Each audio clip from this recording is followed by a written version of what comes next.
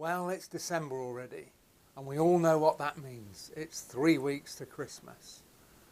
But how many of us have a genuinely Merry Christmas? Unfortunately, it's a time for many where instead of the Hollywood images, we get a load of family stress and strife. In fact, January is the month with the most divorce applications. Coincidence? So what can we do to minimise the stress and maximise the merriness?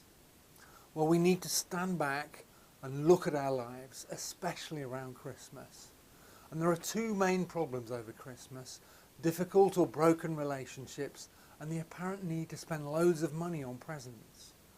Now, if you want to use Christmas as a time to repair or improve a family relationship, you need to get started now. You need to contact the person well in advance, be open and honest, and say that you want the two of you to understand each other better. And then use the time together over Christmas to set up the platform for a better relationship moving forwards. It needs to be out in the open so that you can both actively take part. And the best way to do this is for you to largely take responsibility for the falling down of the relationship yourself, even if you feel it was more their fault, because at the end of the day it takes two to tango.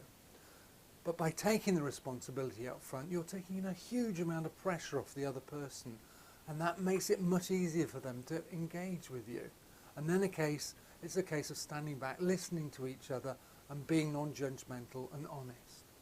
And the other area that brings huge pressure is present buying, and the apparent need to show somebody how much you love them by how much you spend.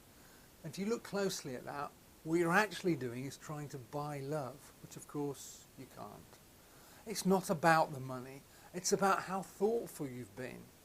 So for example, rather than buying a bottle of booze off the shelf at Tesco's, why not buy them a bottle of homemade gin, or make them homemade gin, damson, vodka?